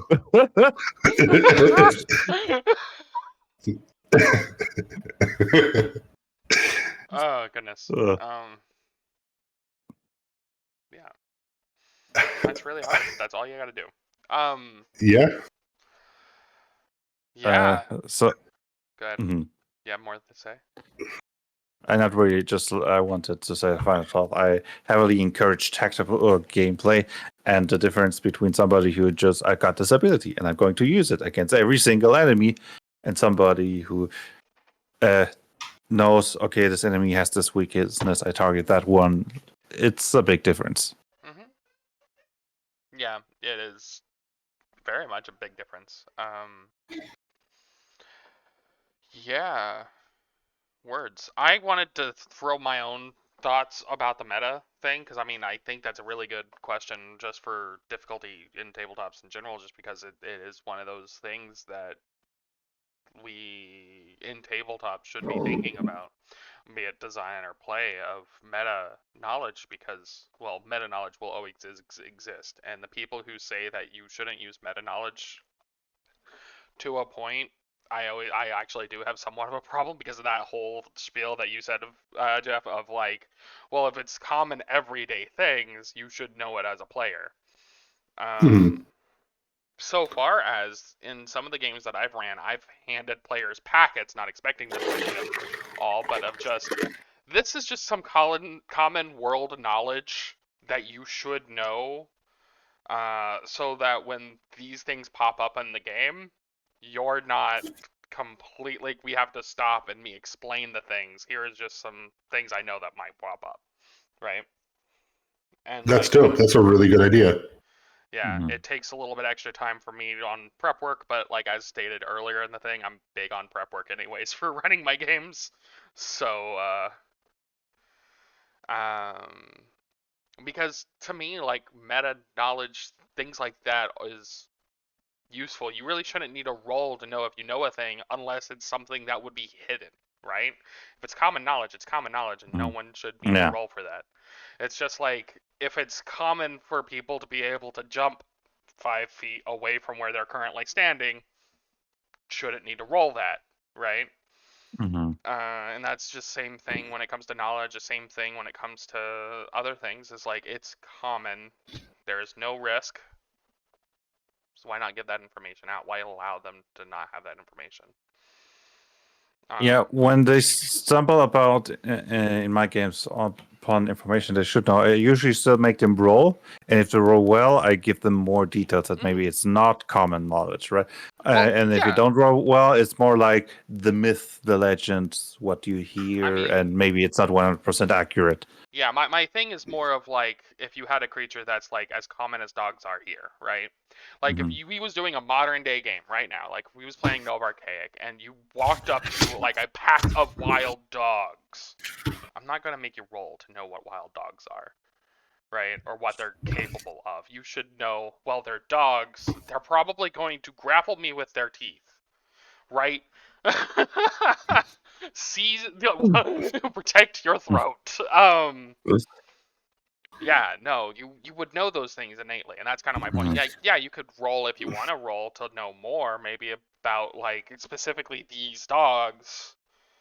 Maybe you could do a local knowledge check and go, yeah, no, these are the pack of dogs that have been causing a lot of problems for the situation. Or you roll some sort of medical knowledge and be like, yeah, these are not healthy. They're rotting, so probably not good. But just basic knowledge should be free. Right? See your dogs with no teeth. I got to throw a little love to my appraise skill. To any system that has appraise, I would love to see somebody be like, "Oh crap, a pack of wild dogs. I appraise these. Yeah, these all look like they're purebreds. These are bought by somebody with money." You'd be like, "All right, cool." See, that would be so cool to know. That would just be so dope, like, to be able to use appraise or something in that situation. Because you're not really trying to find out about the dog in, like, their dogs. You're trying to find out how much are those dogs worth. And that's just a really neat question to ask. That I'm sure a lot of GMs would be like, give me a moment. Let me think about that for just a split second. But that's such a perfect way to, I just see so many fun ways to go with that of like, okay, cool. You recognize that these are all come from they're all the same breed. They all have the same collar. They're obviously bought from a farm, and then that way you can tie it back to the bad guy, right? And where did these come from? Obviously, this person is buying and training, and you can hear my wonderful dog behind me. Yeah, I was like, whose dog is that? Obviously, that is- it's the sound effects. You wanted to have some dogs barking when you was talking about dogs, right? Yeah, exactly. Dagny, I'm sure somebody has walked by my window and she is making sure that they know not to approach this home. Because if they open the door, she will show them where the treats are and they will have to give her a treat. Because she is So not cute, a defensive. but, like, not Yeah. actually. Oh yeah, no. If you get past the front door, she's just like, "Well, come on in. You're already here." No, I think that's that ties in very well with difficulty for a campaign. Is how much common knowledge you should allow people to have, which I always recommend, like for my own jamming style, but my own philosophies are the more the better, right? The more knowledge you give your players, the more cool things they can do with it. If you don't want to have the fighter stand there and swing 3 times in a row all in one place, let them know about the room. Give them as much knowledge as they can, or heck, make up a reason why. Oh, because hobgoblins are primarily right-handed. If you can flank on the left side, you can get advantage sometimes. If you blah blah, like you can find ways to tie them into the world.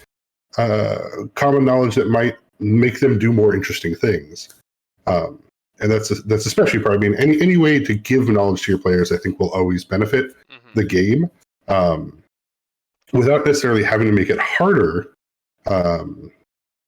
So much as it lets them play the part in the world as well. And I think you'll find that you don't have to adjust the game as much the more knowledge players have, right? For sure. Because nothing's more annoying to a player than getting surprise knowledge halfway through. Of like, oh, well, your character failed his knowledge check, so I guess you don't know the trolls hate fire. And it's like, that's crazy, because me, Jeff, who lives in the United States of America in Seattle, knows trolls hate fire. And I will never use this information. I will never fight a troll. It's preposterous. But, like, am I metagaming? Because I, Jeff, the guy who goes to Starbucks to buy a coffee, knows how to kill a troll. Like, shouldn't you have, I know trolls from fairy tale books. Do you not have fairy tales in your world? Like, did they not grow up with, like, some dumb rhyme about, oh, watch out if there's a chimera nearby, a chimera nearby? You know what I mean? Those are things you should kind of think about for the world to provide that common knowledge, so that you can give those players that creative chance to, for the fighter, like, okay, cool, I guess I pull out my favorite whiskey and I'm going to, blow fire in its face, right? Do something cool to get that one round to stop the regeneration or something. Or you don't have the worst form of metagaming, which is metagaming. Like, I know trolls. Yeah, I know trolls get hurt by fire. And so the wizard's like, but my wizard doesn't know, so I'm going to shoot ice this round. And then the DM says, the ice doesn't work. And then the wizard next round's like, and I shoot electric this round. And then he's like, that doesn't work. And you're like, now I shoot fire. You notice that works. And you're like, By the way, Chap Daddy asked another question. Yeah. Stories. Any knowledge that you regret telling your players? That I enjoyed their company. No, I'm kidding. That's man, Kyle coming in hot with that hate. No. I was actually thinking about that because I seen it when he messaged it, and I was, man, that's a really tough one, because, like, on one hand, I don't hate, or I don't regret telling players a lot of knowledge, like, especially when it's useful knowledge. I think the worst time has always been when I've overstated things, or like I give them too much knowledge at once, and they just obviously like miss the detail that I was really trying to hint at. But that's more on me and my capabilities as a storyteller, right? Like I don't really like regret it in the sense of, well, that ruined the entire game, as much as I kind of fumbled with that. I could have done that better, right? But yeah, I don't really have any such story other than accidentally giving information. Like one time, they knew that they met a dragon, but he wasn't a humanoid form, and they didn't know what kind of dragon it was. And then I accidentally called the person a green dragon, so he's a green dragon. You have no proof. Yeah. Shut. I Shut door. mean, in the end, it wasn't really relevant. This was Eberron, so it's not like yeah. all green dragons are evil manipulators. He wasn't an evil manipulator. More like a neutral party that had invested interest that they succeeded on their venture. But it was still like, shoot, now they know that's a green dragon, even though they shouldn't know that. That's very funny. That we have a similar story at our table of one of our players who tried to GM for a bit. And in 3.0, there was a magic item called the Short Sword of Subtlety. The Short Sword of Subtlety gave you an extra 2d6 on sneak attacks. It's this is a rogue weapon. It does rogue stuff. And we had the GM directly say, the man approaches you from behind as he draws his Short Sword of Subtlety. And all of us kind of go, oh, what? He's like, crap. It's like, well, we know this guy has a magic item. We know he's a rogue. But to answer Chapter A's question, I don't have any knowledge I regret telling players. I do have regrets of how I gave them that knowledge. Right. Which I think is what Kyle was saying as well, is there's always those, especially being a GM, I really want to share info all the time. Like, oh man, did you ask me a question about anything? Let me talk for an hour. You want to know more about this world? I got you. I mean, I am ready like pop-up ads. Like, did you ask about this NPC? Because I'm going to tell you about him. I'm getting I'm getting Clippy vibes from the Microsoft Word from back in the day. 100%. Like, if you look at the bottom right of your Roll20 window, there's my little Clippy ready to be like, did you ask about the ramen shop owner? And they're like, no, I didn't. Do you want to hear about the ramen shop owner? I've got a paragraph. Did you ask about it? No. Do you want to hear about it? I guess.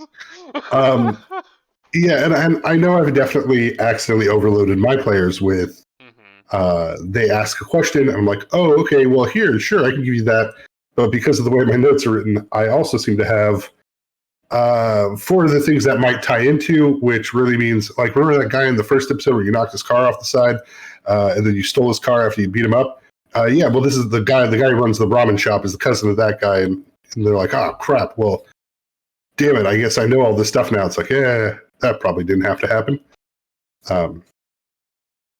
But that GM energy of please ask me anything, I will go on for as long as humanly possible. Same. You need it. Yes. Oh, I have all this lore. You must hear because I made it. Oh, and you need it for the next thing to make sense. Yeah. I mean, to understand, like, I GMs themselves generally have this problem. Anyways, like, we love hearing this stuff. Like, I definitely love running around in Fallout and reading every computer to read all the stupid emails, so I know all the lore of the NPC back characters that I will never interact. Right. What's that? I said I just want that tea. Read those emails, find out the office, like, random office, like, angry things. Like, yes, give me this knowledge. Right? I'm more of the YouTube video watcher, like, oh, a 40-minute lore about this specific character from Elden Ring. Hit me. Yeah. Oh. Words. Words. Man. What's your opinion on words? Give me more words. I mean, it depends on how difficult you want to make the game. More words better, less words harder. Yeah, that's actually a good summation because the more information you have, the better and more tactical, right, choices you can make. Less words means, yeah, you can totally do the Skyrim climb across this mountain, but, like, is that really going to be the smartest move for you? Let me just get my horse. Yeah. Do you have any more questions, Blaze? I think we more or less touched on it. Let me. What kind of difficulty you aim for in your systems? We talked about at the beginning. What do you implement to achieve that? I guess we kind of sort of talked about that already. how maybe this question: have you implemented mechanics that had unforeseen effects on difficulty? So accidentally made things harder because of a subsystem you added or something to a game, or easier. Or even. easier? Yeah. Yeah. Well, when you always homebrew rules, I think that's where a lot of that will accidentally happen. Especially if you're homebrewing by the back of the napkin, where you're just kind of like making it up as you go. Like, you hate blah, so I'm gonna fix it myself. AKA trying to add crafting into D&D 5e. Can really easy accidentally break the economy. For myself, So much right in there. I mean, we've kind of talked about it before. I've had some design mistakes thinking like this is a really neat idea, but then my implementation wasn't that solid, and accidentally allowing science, the science skill to be added to the magic casting kind of broke things, because when you start applying the science, you can kind of argue anything, and then, well, yeah.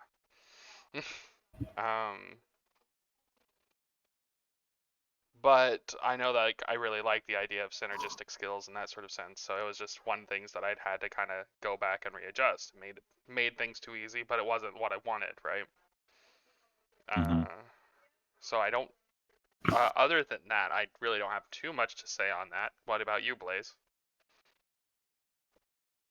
Well, of course, I've implemented like things that were kind of broken, slightly unbalanced, but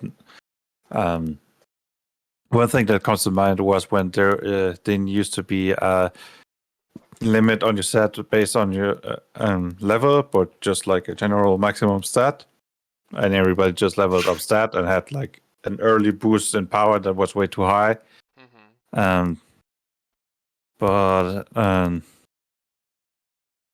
Yeah, nothing that was really unforeseen. Of course, like options that were unbalanced.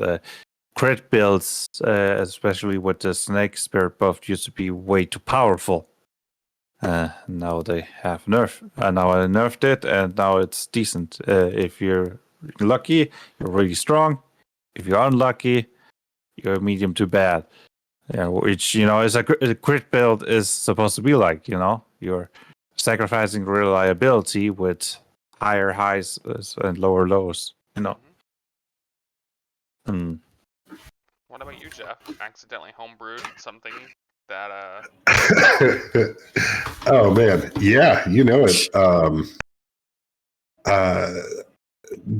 Mistakes make us better, so it's always fun. It was one of the modifications I was trying to work with back in, I think, my third iteration of my campaigns of, hey, how do I make armor feel relevant, or how do I make these kind of character builds feel different?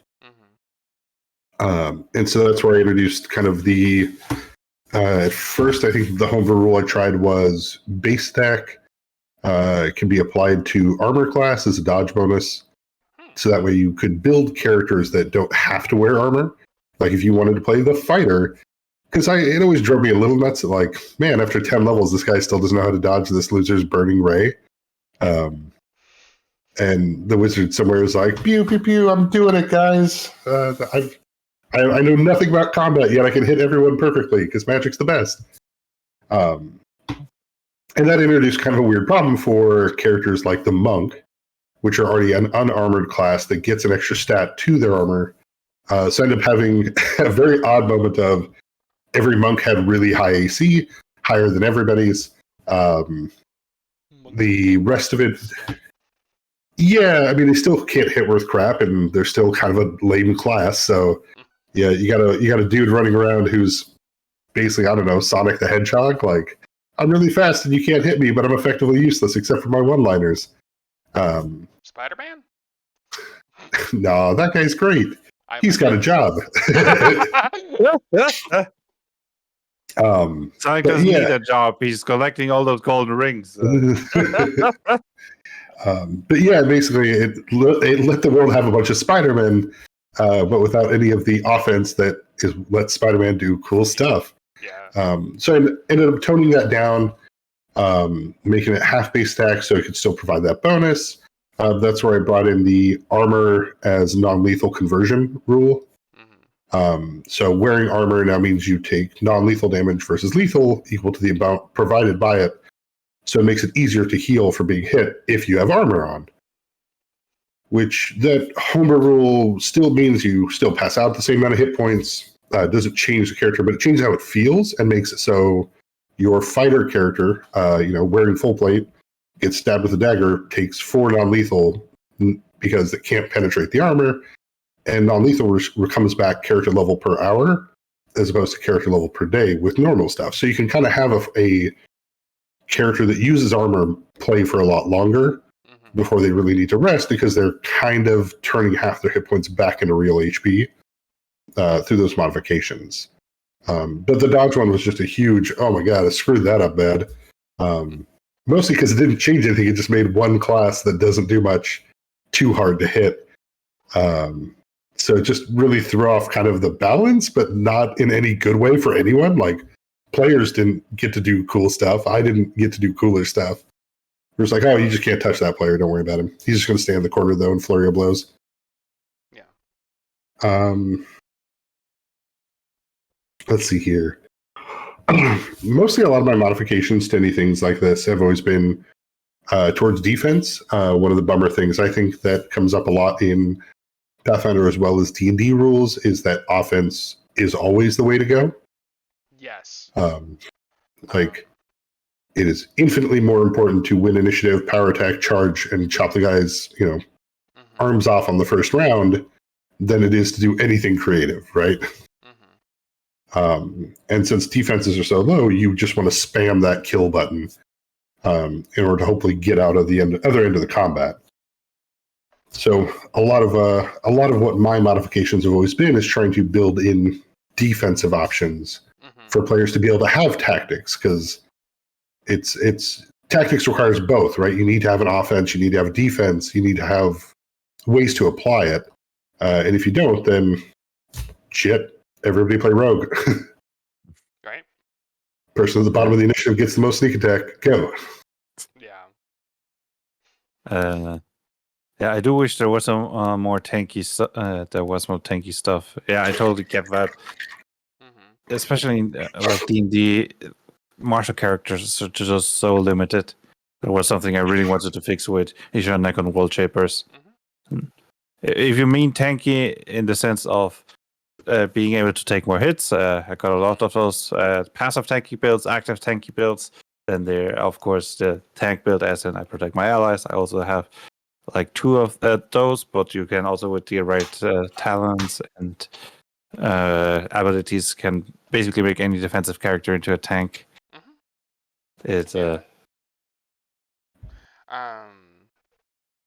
For example, oh, go ahead.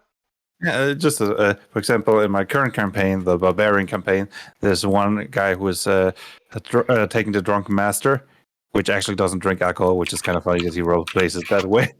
But yeah, he's just more like a mystically, magically infused barbarian, which puts himself in a trance. And in my system, Drunken Master, depending on what type of status effect you have, gives you a pretty strong buff. So basically, you take a negative to get a strong positive.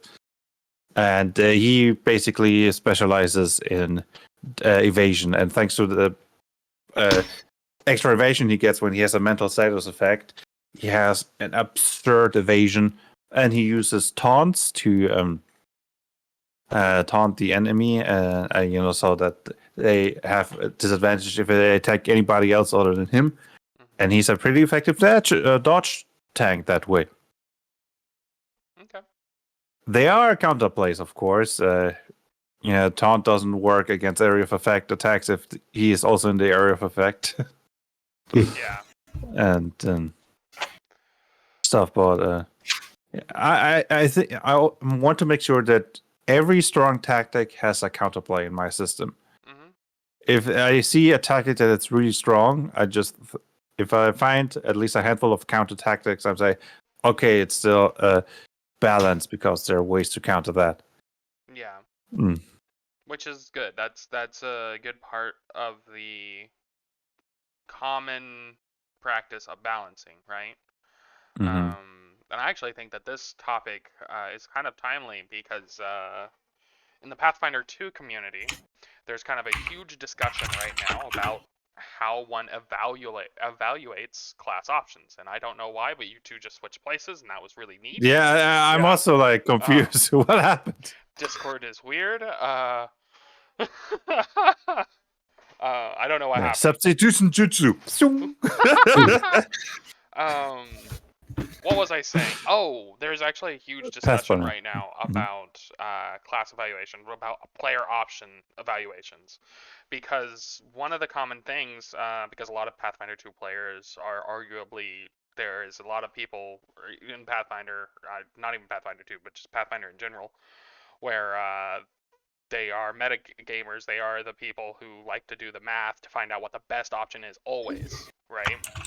Give me the hard numbers and show me the hard numbers, sort of like that sort of evaluation level. But one of the core designers, actually two of the core designers of Pathfinder 2 came out lately on Twitter and was just kind of like, you know, your maximum damage per round, the average damage per round is honestly a shitty metric to judge how good a class, how good an option is, because there's so much more than just that, right? Beyond Pathfinder 2, but this is true in just game design and, you know, tabletop in general. Like, there are so many other metrics, like, Pathfinder 2 specifically is a team-based game, and so some of the better metrics is to consider the team and like what sort of action economy those options do. How, like, if you're using 3 options, like if the class has a very high damage per round concept, but that's because they are also requiring 2 other players, one player to constantly buff that character or heal that character or whatever, then is it actually that effective? Because you're using essentially 3 persons' turns just to do that much damage, right? And that's kind of where the discussion is. Yeah, Great Axe versus Great Sword is also a discussion about the dice. Of course, that has a very different answer in my sort of perspective. Yeah. That honestly depends on the 2d6 just in average does more damage, and the minimum damage is better, and it's more reliable. Right, And but it always to be feels fair, better to crit on the D12 because big damage, right? Like, it's all about that feel. That's what the question is really about, is about the feel of dice for the player, because everyone feels differently. Yeah, because yeah. Sorry, Jeff. you could take this one more step of making this awkward, right? If you said Great Axe is D12, Great Sword is 2d6, and then say a Great Club is 3d4. And then watch players like, well, what feels good, right? Like, if I'm smashing with a giant club, I have a higher minimum. We all have the same maximum, but what feels cooler? And critting with an axe feels fucking rad. I mean, I want to roll 3d12. It looks cool. If I crit with a greatsword, I'm just doing a small fireball. Nobody's happy about that. I mean, I'm always happy with a small fireball, but no. Yeah, that does remind me of the lesser talent two-handed attacker in my system. If you are attacking with a two-handed weapon, it allows you to re-roll the damage dice, which for two-handed weapons is usually a D12 or maybe a D10 if it has some extra perks. And generally, it just increases damage roughly by 1. But one of my players who used it says it feels so strong and it's awesome because it's really great at turning bad rolls into decent or good rolls. So it feels really good because it helps you avoiding those disappointing, I rolled a 1 on the D12 rolls. Right. And so it feels significantly stronger than it actually is. And I was like, oh, nice side effect. I do want to go back and touch on what Kyle was saying, though. I think that is a really important for designers, especially to keep in mind, but for GMs in general. I've started to do this now with my own homebrew, is build in more things that function for a team. Because what is it? It's very easy to see how like 3.5 and even 3.5 and 5e make a bunch of lone wolves, right? Everybody, it's a pack of lone wolves all running together, because with the exception of the rogue, everyone's powers function independently, right? You don't. The fighter doesn't need. Even the rogues is independent a lot of the times, right? Because if they got the flank though. Yeah, the flank. Well, and that's if when it comes to 5e, that's if they're allowing flanking, right? Because that's one of their optional mechanics. No, but the sneak attack can trigger if an ally stands next to the enemy. So that's what Jeff probably means, right? Yeah. Right. What I mean is, it's one of the few classes with an ability built into it that really benefits from having more members of the party, so that way you can get it to trigger or do stuff.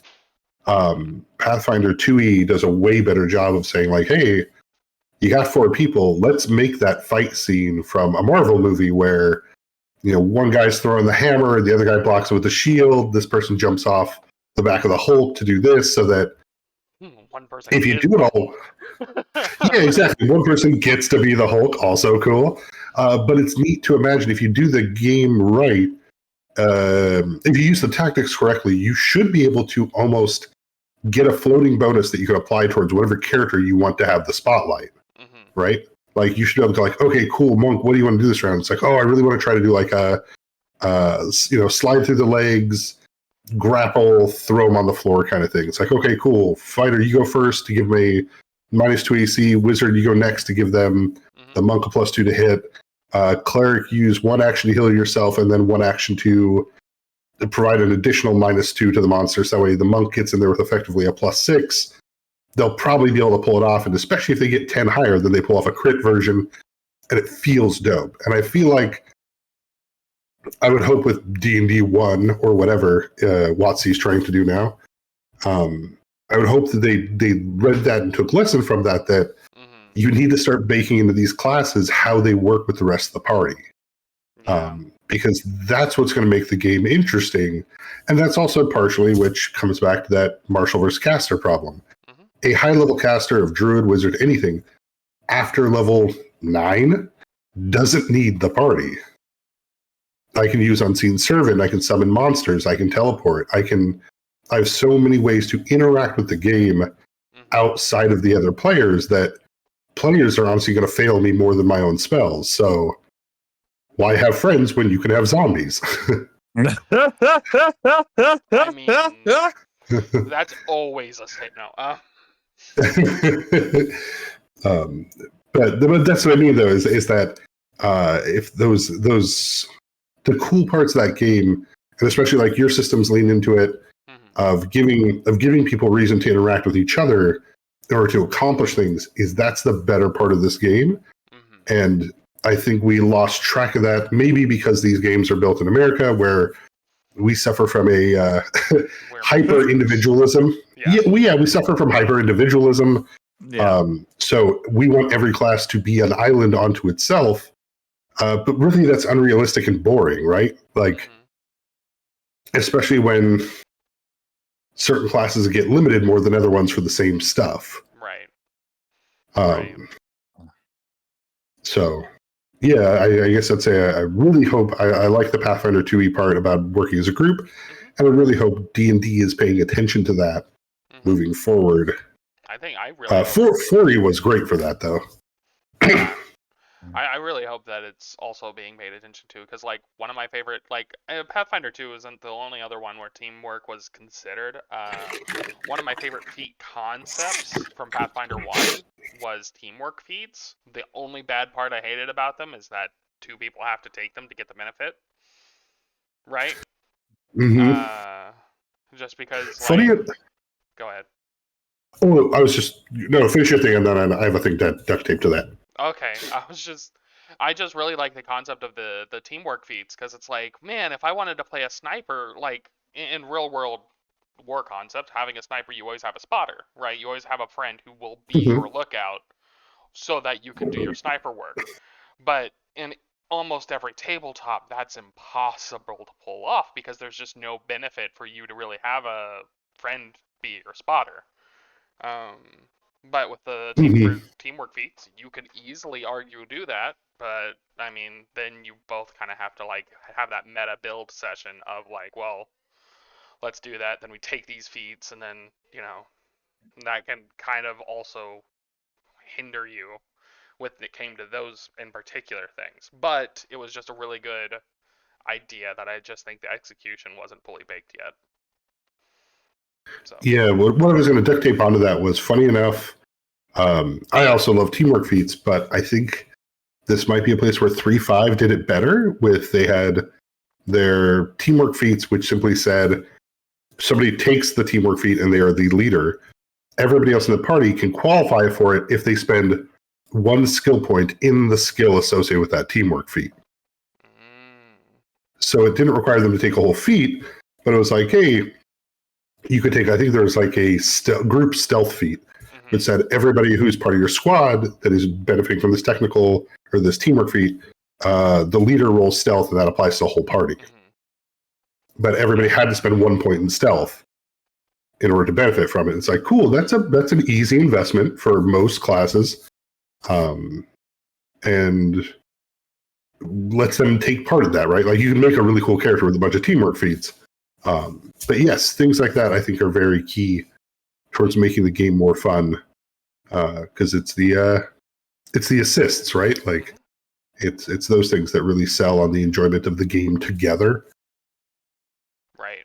Yeah, I like to incentivize to be more cooperative by making those abilities and features that only profit your allies a bit stronger than those that you can target everybody or just yourself with.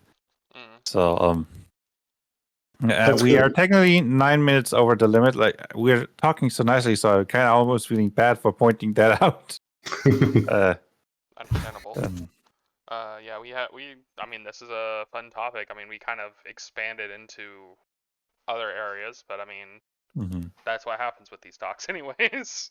Yeah. I was surprised how much we could talk about the topic. I was almost afraid, like, maybe not so much, but we thought quite nicely with that one.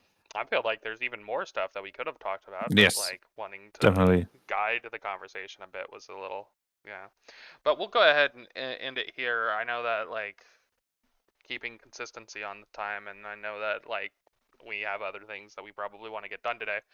Or for Blaze, he might want to sleep at some point. Yeah.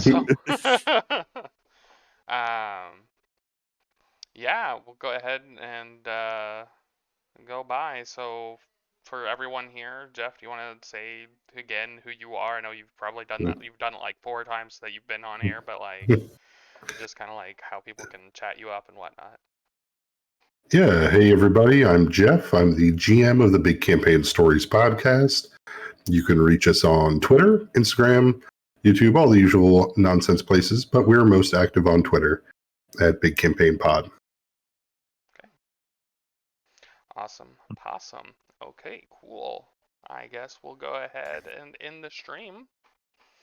Big campaign energy. To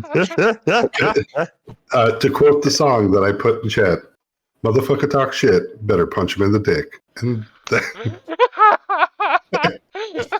you just had to end with that. I did. I had to. How about this, Blaze? Think about that as that is your horse column. Yes, the horse column. Perfect. Okay, I'm going to stop the stream now.